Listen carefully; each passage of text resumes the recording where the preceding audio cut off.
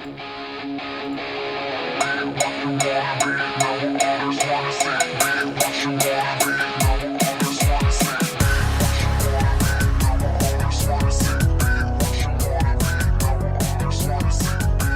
one and all. Welcome. You made it. We made it. Season 2 is here. We got a fresh new look. We're feeling good. I got my hair did. Ace is looking prim and proper. This is the Armchair Analysts podcast, and we're ready to start. We're refreshed. We had a little break, little siesta. Are you feeling good, boss? Siesta is sort of the best way to put it. Yes. Sold the house. Looking to live anywhere. So if, listeners have suggestions on where, maybe now is the good time to make a move, right? Very good. Very good. Everyone's feeling great. Man, today it's good. You got a good day at work. Got a nice little raise. Everything's good to go. Life is good. Life is happy. My mother and sister are coming into town. My future mother-in-law and future sister-in-law are coming to town, and my fiance's going to pick a dress out, so we've got plenty to keep occupied here. So, but while our lives are moving, there's other stuff going on. And as you can see, if you're not, I would highly encourage you to check out our YouTube page. We got a lot going on there. It's looking pretty. We got this new overlay here, thanks to one of my colleagues. But more adjustments coming. The biggest announcement. Would you like to go ahead and do that for us? A brand new website. Yeah, you can find it at armchairpodcast.com. Yeah, that's not actually a troll. Like, that's literally the website in itself. We've got some content on there already. I've started, my blogging career is taken off. Just kind of going over some Wisconsin topics. Ace is doing his own. He's remodeled his Quick Six into his betting stuff now, so he's forwarding on to that. Golf experience. That's going to be a fun one. Yeah, that's going to be a fun one. As we go through our golfing journeys, we'll go through the different equipment, different stuff that we pick up, and different courses that we check out. Ace is going to get his drone out there and get some nice aerial footage, but we'll get some good stuff there. Get some videos of our putts, our swings, everything like that, so you can laugh and troll us. But I think that's going to be fun because literally I'm just digging my clubs out maybe next weekend so we can go to one of the indoor ranges in the Sims just to try to get it going, get the feel back, remember those muscles that we haven't used for a little bit, but no, you get the feeling of 45 to 50 degree sun rays hitting at you is beautiful. Man, didn't you see my tan? I was outside all day today. Feeling good. Right? Your facial hair blends in just perfect. That's the only reason people don't know that I have ghost white legs is because there's enough hair down there to make people. It looks darker. But no, seriously though, things are going well, but I'm excited about what we got coming for everybody. So actually this is the part of the new face of the show. We're gonna have a nice little Bucks panel. I mean, don't get me wrong, I'll watch basketball all day, but right now it's college basketball. We got March Madness coming up. That's where my primary focus is at. So we actually brought a couple experts, and I think they're gonna have a good time. We got we'll kind of lowball in some easy questions in there and then kind of get them ramped up and get them excited with some more intense ones here. So that being said, I think we can just get into it. Do you have anything else you want to add? I mean, I know we worked a lot on this site and you're pretty pumped about it. Anything else you want to throw in there? I am pumped about the site. I got the map set up I have 15 locations, at least in Minnesota, I've highlighted that I've played before that I enjoy, and I'm hoping to get the map interactively up on the site there. So otherwise, I'm excited that spring's right around the corner. Oh I think that the groundhog saw the shadow, so it means Punxsutawney Phil? Use his it's a proper noun. Use his name. Yeah. Let's get into it. All right, random rant. So this we're talking about spring, we're talking about new beginnings, all this stuff. My random rant this week is definitely 100% focused on getting back into the office and how some companies are not even talking about it yet. It's to the point I think we're at a good level, at least in Wisconsin. I'm not so sure about surrounding areas, but at least in Dane County we're starting to lighten things, and I know a couple companies already that are discussing it. But I've also had like 3 different conference calls today, and there's some companies that it's not even a topic. Like it's not even a conversation, which is pretty crazy because I know that people's initial hesitation of working from home was just like loss of productivity. It's harder to onboard people. Exhibit A. It's just a lot more difficult to get certain things done. Don't be wrong. Like there's plenty you can get done with Teams, Slack, and good old fashioned email, along with like video meetings. But it's just not the same. I don't think you're getting quite the same quality of work. So the fact that some people aren't even considering it, I don't know, that kind of irks me a little bit. Where do they stand? Is it something where it's similar sized companies and they just you don't even it's hard to even address it with them, or when you do address something like that, they're like, oh, it's not really on our radar. I think it's just because things are going well now, and they've done so much to acclimate over the past few months that they don't really see a rush to getting back. Me personally, I mean, like I just hit my 6 months at the company I'm currently at, so I've only met face to face maybe 4 or 5 of the people that I've been working with for months, for half a year now. So it's that, and I have this beautiful office that's just sitting there and doing nothing. So that kind of sucks too. But I don't know. Either way, I find it really surprising that it's not even a topic of conversation for some people. But I don't know. It's nice just to think about the positive, and I'm excited that hopefully we'll be able to get in the office pretty soon. But some people don't even like to think about it and are glad with being told. They're like, oh, okay, I don't have to make the decision. I'll let I mean, get paid. You're getting paid. You're doing your thing, and not to rub shoulders against anybody. I get it, but should I bring up the fact that I work in healthcare? Oh my gosh! Can I bring just because I work with a large demographic of people, all different ages, and I know there's a large sentiment of them that don't want to go back, at least until they're vaccinated. But yeah, if you're in healthcare, are you getting a vaccine, Ace? I ain't getting one anytime soon. That's where my healthcare status is. On that note. All right, so we got some good stuff. Regional Roundup. I'm going to focus mostly on the Badgers, but Ace here, being the dedicated and diehard Vikings fan that he is, he wanted us just to kind of see where they're sitting as far as the cap and their current needs in the offseason. So why don't you take it away, boss? Yeah, well, we are at approximately $4 million over the cap space at 185 mil. That's no bueno. Not that bad though. We got rid of $6 mil because of Kyle Rudolph. Or no, was it 10 mil? God, I should have known that. Either way, we got rid of. I know we got rid of a substantial amount. Oh, between him and Riley Reef, it was 12 mil, is what I had read.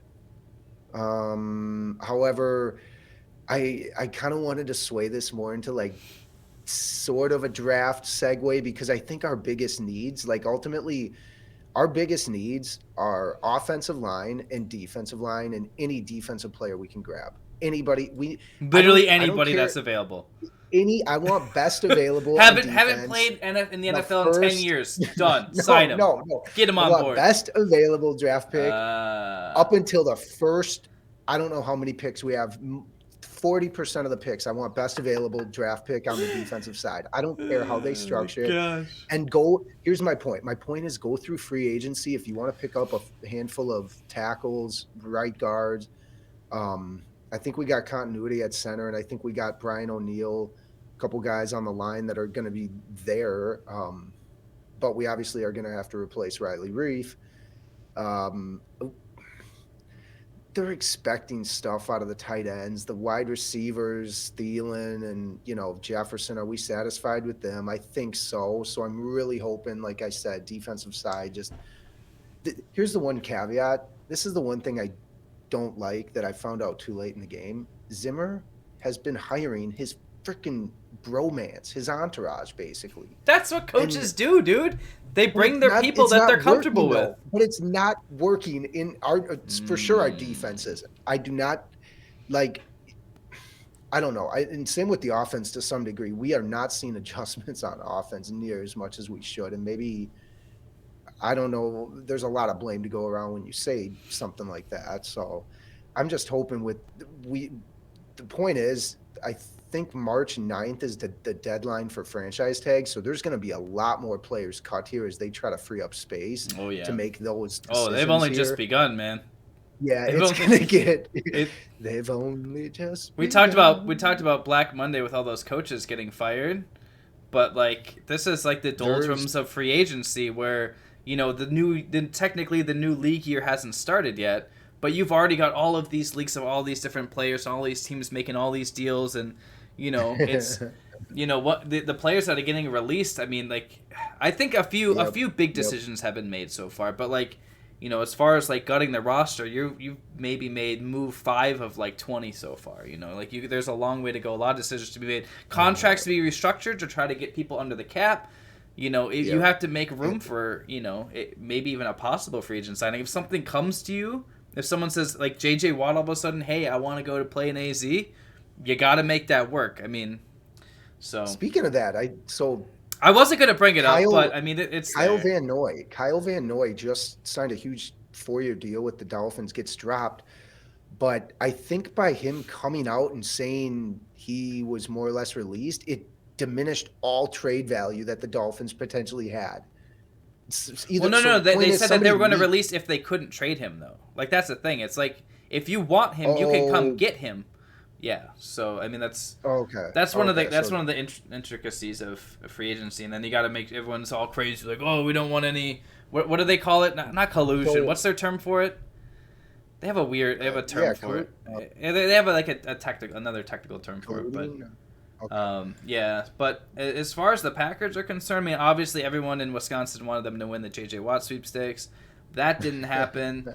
I think Yeah. anyone that had No any like kidding. realistic sense of where the Packers are at, there was people like I posted this in the blog too, but like there's armchair GMs out there that are literally going on like Spot Track and like trying to say, all right, if we cut this guy, we restructure this deal and this deal, we move this guy, cut this guy, like we can make it happen and we can I do don't. this and Yeah. this. It's like that's just not how it works. Like, I leave it, that for the actual J, GMs to F and do. right? But like JJ literally said, like he had like a priority list. Money was number 3 on that list. But you look at the contract, 23 mil guaranteed, 31 million over 2 years, money won. You know what? And I think Yeah. the thing that like kind of grinded people's gears was that you would think just based on what JJ has done for, I mean, just in general, but like the humanitarian stuff, like the philanthropic stuff that he's done for Houston, you think It's that gonna be. maybe he would have been above that. I think it was a little more kind of a shock. That's like, wow, like because he said he was going to a contender. Arizona did not do that well against good teams last year, but they're going to be Mm. exciting to watch. Like they already were.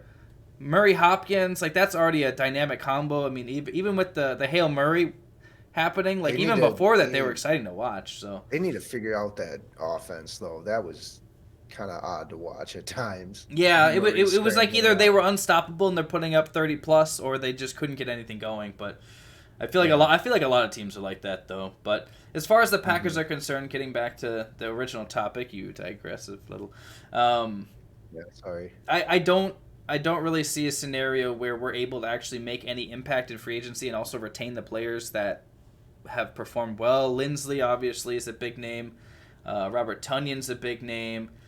Yeah. Preston Smith, or I think he's already pretty much done. I think most people have already considered him cut at this point. Surprised that no one's made that call yet. Which is why everyone wanted Watt. It's like, well, we'll just drop one edge They rusher for another. they Um, gotta. Yeah. They're getting Lindsley and Tanya in for sure. So that people were so talking about that the Kyle. odd man out of the big 3 on offense that are up for free agency would be Yeah. Aaron Jones. So I mean, there's a lot of talk of franchise tagging him. It's worthwhile, but the Packers have never historically paid a running back. Yep. Um, Yep. and with two, I don't know. It's I think it's kind of unfortunate. I think it's kind of a reach to say that Jamal Williams is a suitable replacement. But there were times when Jones looked completely like he just couldn't get anything going himself. I mean the Tampa True. game is evidence enough. I mean, and even in the Rams game, had he not busted off that late game run at the end, I think it was like the middle of the fourth quarter, like his rushing totals wouldn't have been great either. He's also a receiving threat, but Williams Hmm. can also He's improved in that attack that. area. Williams. They both really have like yeah, I found this out like a couple weeks ago. Uh, Jamal Williams has never fumbled the ball in his NFL career. So we'll knock on wood for that. But yeah, he's never fumbled the ball. So in all his touches, he's never fumbled. So that's pretty impressive. But Right now, it's all speculative. We don't really know what's going to happen. As me personally, I have no idea what the hell to expect after last year's draft, so I'm not really sure how I feel about anything. I'm just going to sit, wait, and see. But Packers they've got a lot of moves to make because there's a lot of players that their contracts are up. They have a lot of cap room to cover. So, yeah, just real quick with the Vikings, I'd love to see them try to trade Anthony Barr, get rid of that 14 mil if we could, or 12, whatever it is with the incentives, and then Shamar Stephen, a D tackle that we're gonna likely get rid of. So, ugh. All right, college basketball. So the regular season is dwindling down. We're almost done. We got the conference championships coming up, and most I think almost all the teams by last night were pretty much set. I might be wrong, but I mean, if we're talking specific here, the Badgers, they are like limping in. They're like backpedaling in so bad. When I saw the last three games, because I wasn't feeling very confident. I was like, maybe they beat Purdue. Last night they came out really strong early on in the game. Then they just had the coldest streak I think I've ever seen. I don't know why, but they just when there's a big man in the game, they even if he's getting into early foul trouble, they just cannot play in the paint. And when Trice can't knock down shots on the perimeter, I mean, even when the young guys are playing well, it was nice to see a good shooting performance from Davison. But like Trice, he was, I think, toward the end of the game, I think he ended up like 1 of 8 or 1 of 9 from the field. It was a really bad outing. So everyone played pretty well, but they had some untimely turnovers, and towards the end of the game, they just kind of lost. They kind of lost it. Just couldn't get buckets to sink, and so they might actually lose all 3 games going into the tournament, the last 3 games. So I'm not super hopeful, but I'm excited. It doesn't matter because remember last year we were so pumped about March Madness, and then they yanked it from us. So you know what? They could get knocked out in the first round. Yeah, right at conference championship time they yanked her. Yeah, Jess and I went to the last Bucks home or the Badgers home game, and then they never played again. Yeah, because they didn't even do the conference championships. March Madness was canceled, so I'm not even gonna be mad. Even if they do poorly, it's kind of a transitional season anyway. This is a wide open Big Ten, and it's a wide open Big Ten like Madness. The Badgers are like teetering on even being ranked. And they're probably looking at like a 7th seed right now. But like the Big Ten in general, it's insane, like top to bottom. I can't remember how many, but like I think we have 2 1 seeds, like 2 3 seeds, a 2 seed, a 4 seed, and like a couple 5 and 6s. So it's like it's if there's ever was a seed, the last time a Big Ten team won the NCAA championship was in, I think it was 2000 it was like the early 2000s. I think it was 2000, 2001. It was Michigan State. Yeah. So it's been a minute, but this is a good year. This is a good year to do it. Are there any other teams that you've followed outside of the Big Ten? I know we have. It's hard to watch basketball outside the Big Ten unless you're like actively pursuing it. Like I'll watch highlights, sure, but like actually sitting down and watching a full game outside of Big Ten. It's not true. I'm not as invested as I was in the past. I think it's harder because like I used to just like, hey, I have ESPN, I can just watch it. Now like I have to. It's obviously not on the rabbit ears. I don't have cable, so like I have to find either. We actually canceled live TV and we haven't actually brought it back yet. So I've just been streaming everything on my computer. So I got these beautiful monitors. Like why would I not? But yeah, same. I've heard a few teams that are good. Gonzaga and Baylor. Outside of like the norm. Baylor's had a lot of time off with the COVID protocols, but they came back and they won a nail biter last night. So yeah, it'll be a good tournament, and that's the best part is even the less you know sometimes, but you're still intrigued. It's more fun to watch the games too. Also more fun to make a bracket because you're making it based on the mascots. We'll make you're hearing it first. We're making a bracket. Oh hell yeah! For sure. Listeners sponsored bracket, whatever. We'll have it on Twitter so that you can submit your entries there through the posting or whatnot, and we can keep track on whatever platform. CBS. We have a website, right? We have a website, right? We could just we can post it all on the website. We'll post it all on the website. How about that? Oh my gosh! All right. Once we publish this episode, I'll definitely I'll make it more public about the website. So feel free to check it out. Got a lot of supplementary content on there. Ace will have all of his wonderful ramblings. We'll have his quick 6 updates on there as well. And we'll also be putting all of the, what am I thinking? Clips of the week on there as well. So yeah, clips of the week. All that will be on there. We need to get to, we haven't covered Bucks, but luckily we got a couple of boys that are willing to help us out. So I believe they're ready. So we're going to cut. We're going to get to them. And then after that, well, we'll wrap up the show for you guys. Yeah. So let's get them on. Introducing Zach and Matt. There we go. All right, now we got our Bucks panel. So Ace and I don't know jack shit about the Bucks, but we got 2 quasi-experts here that we're really excited to talk to. Yes. We got Zach. We got Matt. How you doing, guys? Doing well. How about you? Oh, just great. So quasi-experts. Well, I mean, Zach has had season tickets since before he could pay for his college tuition, so I'm gonna put him just maybe like a 1A, 1B kind of thing. Maybe he'll be the A. Matt, do you still have my 1 year season tickets was when we went 15-67 and ended up getting Jabari Parker. So I will buy again. Ooh. He risked his relationship to get Bucks tickets. Time tickets. in the Northland with Aaron. God. All right. So let's just get it ball rolling here. Just to kind of I kind of want to do like a full landscape here thing. So let's go back all the way to the bubble. Beat Orlando. It wasn't great starting out. Ended amazing. Things are going well. We're going great. All of a sudden, we think we have the deepest team in the East, and then we play the Heat. Obviously that didn't work out as well as we had hoped. After that series, what did you guys see? What were your thoughts? Matt, we'll start with you. What were you thinking about what we need to do to get this team rolling again? I see a lot of the same. Unfortunately, Right. Starting with the perimeter defense is trash. We saw that last night against the Nuggets. Mm-hmm. They also have a guy that can score, but not to get off track, I suppose. Last year they were exposed for their defense. Interior defense was obviously stellar last year, but yeah, couldn't stop the 3. I didn't see that coming. I could see it coming. In the bubble, the Heat were shooting really well from the outside. I don't think that was the case so much in the regular season, but they exploded just like the Suns. The Suns were mediocre at best, but when they hit the bubble, whatever, it's all about hitting the right times. But yeah, their shooting was obviously it was frustrating to watch. I thought I was watching a video game at times with them. So yeah, our defense wasn't there. Zach, anything to add? Yeah. Oh, yeah. So I think it was like 3 things, right? It was obviously I messed up with Budenholzer, and I think our 3-point defense it just never changes. It's bad, right?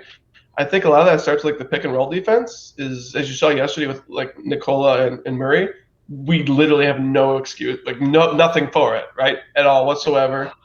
Zach, how many guys did they have out yesterday? 6, 7 guys that weren't even playing. I don't know, and they're on a back-to-back too. We got 3 stars against 2. If you want to take, upper echelon type players, 3 against 2, all different positions for us too. Obviously them 2, a point guard and a center, but we had guys in 3 places that should out-duel their opponent, and just didn't happen. Drew is still getting his legs under him though too, so I would not consider him up there. Sure, and I mean we knew Jokic was gonna like murder us, but I mean he's clearly I think the MVP of the year. But ooh. I mean he did whatever he wanted. He'd run the high pick and roll. He'd get the the ball on the block and the ISO, and he would just find backdoor cutters after backdoor cutters. But yeah, so more like you're more of the same type thing. I think that goes back to Budenholzer. But the third thing last year was the wall. I mean, it came out in full force, and Korver, Hill, Dante couldn't hit their threes. So they shut down Giannis relatively. I know he still put up the stat line, right? But it doesn't matter when your his efficiency took a hit because he had to try and do everything. Him and Chris, Bledsoe obviously show again. Chris on the other end of the court, man. I mean, he just looked fucking exhausted. He looked really rough. Yeah. I mean, Bledsoe wasn't doing anything on the offensive end, which obviously is a problem in itself. But you have this bench that you think this is what's going to keep us. This is what's going to get us to the playoffs. This is what's going to win us a championship. And then you go up against a team that actually has a bench that's firing and actually hitting buckets. So we don't even need to talk about the free throw shooting. To be honest, I think that's pretty obvious that that's going to be. Yeah, that's. I think it's better. But yeah, I mean, it was. Can't get much worse. Can't get much worse. Yeah. Yeah, but what what you're saying in the Heat had, they might have had like 8 solid players, right? 8 or 9 solid guys. Yep. Where we think because we have, we did have like 12 deep, that having that depth is everything. But when you've got 3 or 4 guys that are only going to put up 4 points for you or whatever, Yep. that depth only goes so far if they're not going to produce too, where, the Heat had those 8 to 9 guys that are going to put up the 10 points, obviously plus, your top 2 or 3 guys are going to get you more, but you're very obviously, what I guess I'm trying to say is your very bottom bench contributor is still putting up 10, 12 points. That's a problem. Mm-hmm. Oh yeah. Yeah. And hitting their threes, right? Right. Exactly. Yep. Yeah. I mean, you move forward to the off season. I don't know if that's what you wanted to go to, John, but we kind of looked to address these issues we were talking about. So we went out and we got younger, right? We got rid of Corver. We got rid of Hill. Bledsoe is just Bledsoe's unplayable. So you got Augustine. You drafted 2 snipers, right? So we really tried to address the shooting with youth, Bryn Forbes. Dante's 1 year in, but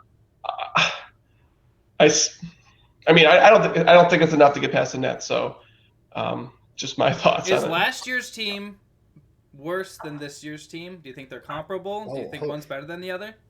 No. I think that comes down to coaching. So before you ask that, because I think coaching has a lot to do with improving this team, and even Giannis to a lot of degree. Do you guys? He's still got plenty of growing to do, for sure. Well, that's a fair question, though, John, what you were going to say. Yeah, no, Aaron, I like that you wrapped it back up in that. I think that obviously things worked out well for Budenholzer the first year, but you've got to make adjustments, and I just don't see, especially the offensive scheme is drive and kick. Honestly, it's scary, but at the end of the day, it really does come down to Giannis's development, because if he's going to just continue to do the same things and be encouraged to do the same things, the scheme doesn't change, and the defenses always will. They'll always adjust. So Giannis, while I like that he's shooting more three-point shots, I'd like to see him, when he's got guys on his heels, do the little bunny or hit the little elbow or free throw shot while a guy's reeling. He's not going to get in your face, and more times than not, he's obviously shorter than you anyway. So even if he's trying to recover, his hand's really only going to be at your chest or chin height. That's the thing, Giannis, I'd like to see more. You're forcing these dunks. I believe it was his first or second game of this season where he got 4 personal fouls, and all of them were charges. All of them. Oh, wow. Jeez. That's you can't put yourself in foul trouble on the offensive end. You've got to be, if nothing else, you've got to play aggressive defense and pick up those fouls, in my opinion. Yeah, Zach's right. They've helped themselves. Oh, go ahead, Zach. Yeah, I mean, last year I was happy just the Giannis shooting. I thought it showed like confidence. This year I absolutely hate it. Like, even better. It's like unless they're putting up a wall, every time he shoots, he's bailing somebody out, because there is no person in the league that can stop him. I mean, one-on-one, it's just not happening. And honestly, I'd rather have him, ISO and continue to work on that little Dirk bait or a little jump step baby hook, something like, he's got to go the route of trying to be more like Shaq than more like LeBron. And honestly, like, I know he wants to shoot and he wants to develop that game, but I don't see us winning, because he's never going to be that guy who's going to hit a shot like Durant. Like, even if he continues to work on it, he's just never going to be that dude. No. So why don't you just maximize just how strong, long you are, and just dominate? And Matt's right too in creating that separation, because guys are leaving him open even on the free throw line when he's catching it sometimes, or he'll come up and fake and then dribble back a couple steps, hit that shot, I think was what Matt was saying too. Well, no, even more so is the fast we're so good when we get out on the fast break. Where I was going with that more so is when you've got guys backpedaling, they're trying to get in front of that charge line, if nothing else, or even deeper because they're terrified. Yeah. Let them be on their heels and then just take that little 10-foot shot, that 10, 12-foot shot, instead of worrying about those uncomfortable, awkward drives where we're in the half court and Giannis is within the 3-point line, and then he tends to step back, especially at the top of the key. That's where his shot is, or he thinks is where his 3-point shot is. Yeah. And instead of doing that, take that 15-footer. Who cares? It's 2 points. It's better than you trying to drive, getting a personal foul, and you don't get the points. We got to think longevity, like what that's doing to his body too. Like, I mean, that many years of just driving to the hoop over and over and over again. And I mean, players talk about this all the time. I mean, why Embiid. I mean, obviously he has injury issues, but like they just rest him, man. Like his body he gets beat. Like he's the most physical center. I mean, you can feel free to argue, but like by far he's one of the most talented and physical centers. But it's like, dude has to take it easy because you live that kind of lifestyle. It's going to take a toll on you. And Giannis is still pretty young, relatively speaking. So, the caveat to Embiid though too is he is a guy that can step out and hit the three and make it look soft. You know what I mean? He's got a better touch. He has that touch where Giannis, like Zach was saying, I don't think that's ever going to develop anything over 30%. I don't think he'll ever exceed a 30% 3-point shot. Ever. And even if he does, like, do you trust him at the end of the game, with the game on the line, to actually still make it? No. This guy's never going to happen. His hands are bleeding from dunking on guys. Exactly, all or swatting them. And so that's where I'll give Bud a little props right now, right? So I think this year, more than ever, a lot of late game situations are running through Drew and Chris. But everybody knows Bud's like he's got one out of bounds late game call in his playbook ever, and it's putting Chris in the corner, catching a double, and then just fading away. It's terrible. Hope for the best. It's garbage. But at least he's, I think, acknowledging that the ball should run through Drew and Chris, with Giannis being that high pick and roll guy and drawing attention. But so it's nice having Drew, right? We're still only halfway the year through him, and even then he's been missed feels like a half of the year so far already. Yeah. So I don't know. They're not going to fire him, so I guess I won't harp on it too much. Really? Well, there's no point, right? They will not fire him this year. Even if we lost like 6 more in a row, this is not going to happen. So the only time they're going to fire him is if we don't make the Eastern Conference Finals, and I think that is going to be his deciding factor. That's better respect than the Wolves. And I liked him coming in and changing the culture a little bit and the idea of the philosophy of the offense. But at the end of the day, does it take a genius to say, hey, we got Giannis on our squad. He's huge. Let's let him drive and then kick it to a bunch of free throw 3-point shooters. That to me isn't what the Bucks need. The Bucks, if they want, they need to get better on defense because their offense really does go through the fast break. The half court, it's like watching Wisconsin basketball. It's like anything in this state. My God. Our offenses are just so stacked. It's the same every year. Every time. Yep. Every time. That's the problem, though. The playoffs, the game slows down, and the fast break, it starts to go into a half court.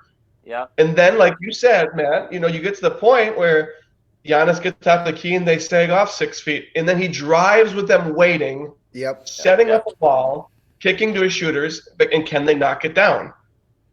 Probably better than this year. I trust a little bit more. Bryn Forbes, Bobby Portis, DJ Augustine to actually do that. But it's yet to be seen, man. Can they do it in the crunch, Well, Matt, you said they've had the same offensive philosophy, but they have yet to really make it shine. they're still giving the old college try, really. Trying to find the right people to plug in to make it work. Man.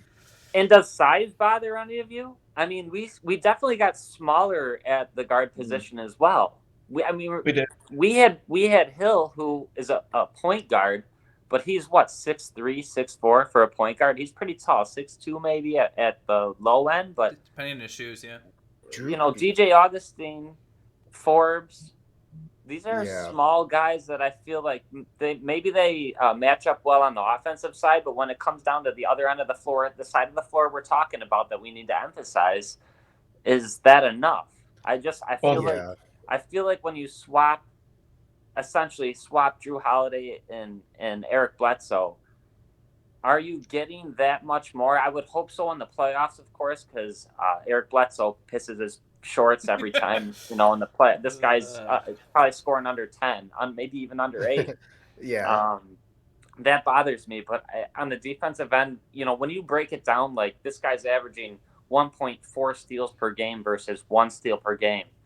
Is that enough to have broken up our squad and just more for chemistry than anything? I think in the play, you obviously go to a smaller rotation, right? So a lot of these guys are going to get significantly less minutes. I mean, you might even see like Pat Connaughton get 10 minutes in the playoffs. I mean, hopefully. For his contract? August, yeah. For that contract that he signed? You better play, I mean, son. You're going to run Giannis. I mean, I should say this because Bud, what did he play Giannis like 36 minutes a game last year in the playoffs? Like another reason whatever. But I mean, Giannis should be playing 40 like 3, right? I mean, these are especially not the first round. Like we can get away with almost resting him, But Chris should be playing that. Drew's in his prime. He should be playing that. Dante. I mean, what is he, 19? Like he should be playing that. So he looks it. Yeah. Yeah, Brooke should absolutely be playing like maybe 5 minutes. I don't even know. Like Bobby Porter should be moving into the starting lineup for him. I mean, or Giannis at the cylinder blocks like on his ankles, man. He's just way too late. He's way too late. Yeah, and we were talking about that a little bit ago. Like, did he really regress over the last 2 years, or was it just the fact that he was that much better than Greg Monroe that we kind of like? That he can stretch it. Greg who? Yeah, and one. I like his size, but I think from year to year too, you have a different energy, right? Too about your team.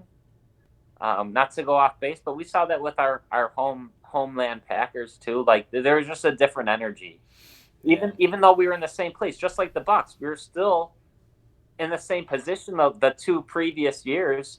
But I honestly was more confident in last year's team before, obviously, COVID kind of ruined the momentum. But that's not to say that I believe we were on a little bit of a skid before COVID, too, if I'm not mistaken. Yeah, it wasn't a great like right after the All-Star break, it was kind of a rough skid. But, okay, so all things considered, we'll have fans come playoffs. All things considered, this season, Eastern Conference Finals, yes or no? They make it, they win it, what do they do? It depends on the seeding. Obviously, I think the East is Philly, us, and the Nets. Like, I don't think there's anything else. Nope. Yeah. Anybody else there? I mean, I guess it depends on the seeding. Maybe we can get past the Nets. I mean, past 76ers because of their lack of like shooting. I know they got Seth Curry now, but maybe we can get past them. And honestly, it's about matchups. I'd rather have Philly. I think Philly might be able to beat them, strictly because of their size. Yeah. Beat the Nets. So I almost want Philly to beat the Nets. We go up against Philly, because then I think we can make it. But if we go up against the Nets first, I don't see it. Just get blasted. Sure. Matt, what do you think? Yeah. I mean, I wish I had better reporting or response back, but I mean the East is like, it's weird because there's like a lot of talented teams, and I don't know if it's because of the way last year ended and kind of the new schedule or whatever, but I feel like there's like a lot of like teams that seem mediocre but that could really take off too. And like Boston and the Raptors. I unfortunately I don't see last year was 2 years ago I thought we should have at least made the finals. Last year I definitely thought that we would at least make the finals. Now I don't know.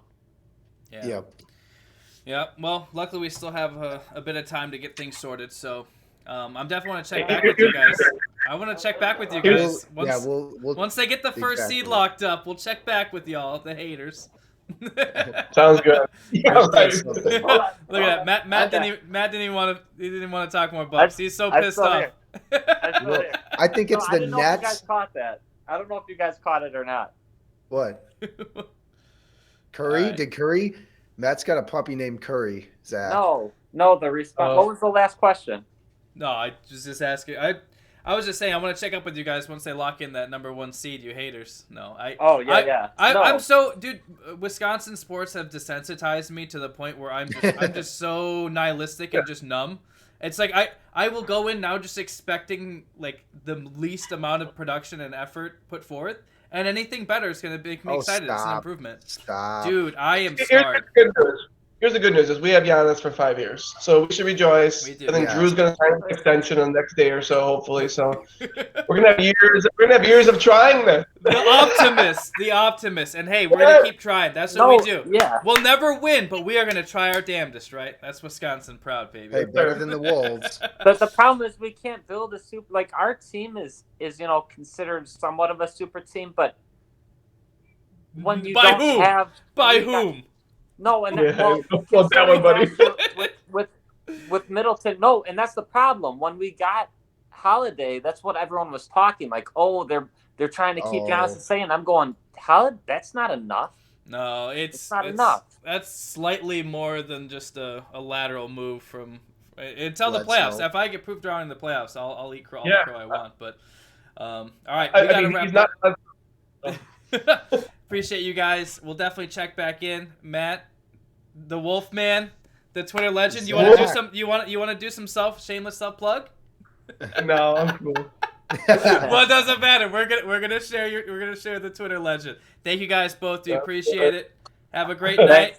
Go Bucks, baby. Bye. Go Bucks. Cheers, buddy. Woo! Wow. I mean, that I knew that was going to be exciting, but just having those two, that wow. Familiar faces. Who even needs to watch a Bucks game? Just follow those guys. Check them out. Wolfman. Wolfman. All right, that is our show. Welcome to season 2, episode 1. We are excited to have you. We've got some more improvements coming away. We've got some more guests coming your way, and yeah. So Yeah. all right. So like we've been Continue talking listening. about, the big thing here is we got our website now, armchairpodcast.com. Feel free to check it out. A lot of good stuff there. You can also follow us on Twitter at AA Podcast and our YouTube channel, Armchair Analysts, as always. So, well, you got any words of wisdom? Any parting words for us? I'm gonna think long and hard and deep about Phrasing. the March Madness website, the whole platform, and how we can maybe raise some money for it potentially. We can put money. The entries, whoever wants to enter. I'm workshopping here. I'm excited about that possibility. Good deal. Well, we actually did put a decent amount of effort into the website, so hopefully it looks like we tried hard, so it doesn't look like a pile of crap. But no, there's plenty on there. But we appreciate you guys who want to keep making the show as good as we can. And as always, we're always open to feedback. Good, bad, evil, malicious, positive. And we're always open to collaborate. We're always open to collaborate too. So thank you guys. Appreciate it. That is Ace. I am Johnny, and we are out.